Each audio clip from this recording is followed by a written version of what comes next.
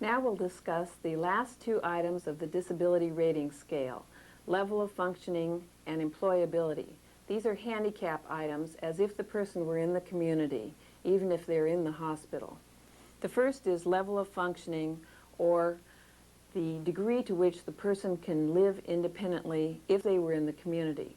This includes both physical and cognitive disability in the rating. First is completely independent.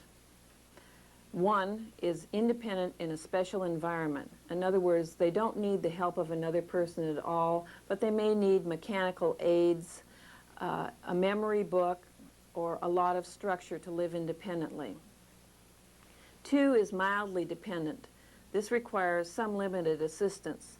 Not someone who has to come and live in the home, but someone who may have to come, for instance, to bathe the person, or may have to call fairly often to find out how the person is doing.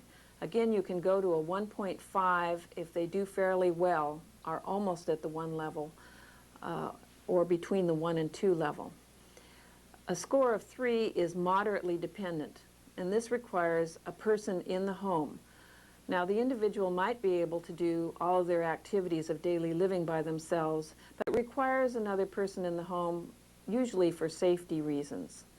If the person can stay home alone for several hours during the day, then they might be rated a 2.5 rather than a 3.0. 4 is markedly dependent, assistance in all major activities at all times.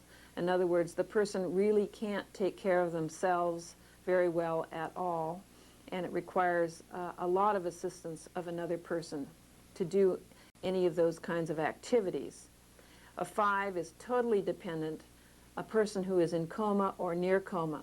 If they can help out very minimally in their activities of daily living, then they'd get a 4.5 rather than a 5. Now on to the item employability. What I want to stress here is that the person doesn't have to be employed.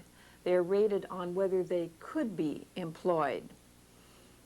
This is a person who might be a homemaker, might be retired, might be a student, might be unemployed, but you're rating them on how they would do if they were employed. So not restricted actually relates to most of us. Most of us are not restricted, can do a number of jobs. One is selected jobs competitive due to the brain injury. So for example, you might say, if you took that literally, that we are all in the selected jobs competitive, since I wouldn't make a very good ballerina and neither of us would probably be a very good tightrope walker. But what this really means is that the jobs are selected based on the fact that the person has a brain injury and the handicap that arises from that brain injury. 2 is sheltered workshop, non-competitive. This is a person, for instance, at the level of assembly line workers, someone who needs a lot of supervision, who does repetitive tasks, and you can see where a lot of people might fall between the 1 category and the 2 category. A homemaker could be anywhere from 0, not restricted, to, for example, a 2. Let me give you more of a picture of that.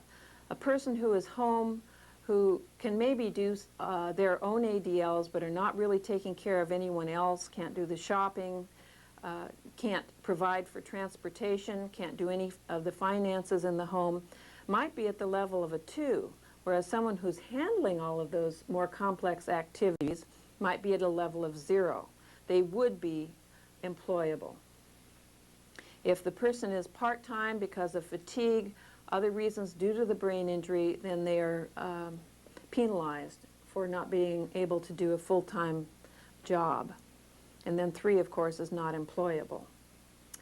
That concludes our rating scheme for all 8 of the disability rating scale items.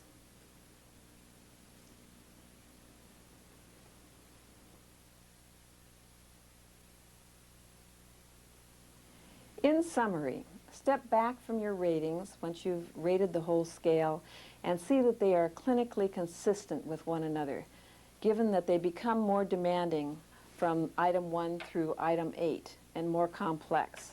In other words, If you've rated a patient a score of 0 on employability, in almost every case they will have a score of 0 on all of the other items. If they have a score of none on eye-opening, chances are they're going to have the maximum score on all of the other items. So look to see that you have rated consistently across those items. Maxim 2, when in doubt, give the patient the benefit of the doubt. 3, remember that the 0.5 rating is available on the last 5 items, and it helps to make the scale more sensitive and to solve some dilemmas for you as to which category the patient should fall into. And also remember that rating for brain injury is what we're doing here. We're not rating for other factors. So in considering a score, think, has this had to do with the brain injury? I hope this has been helpful for you. Congratulations, you've gotten through the tape.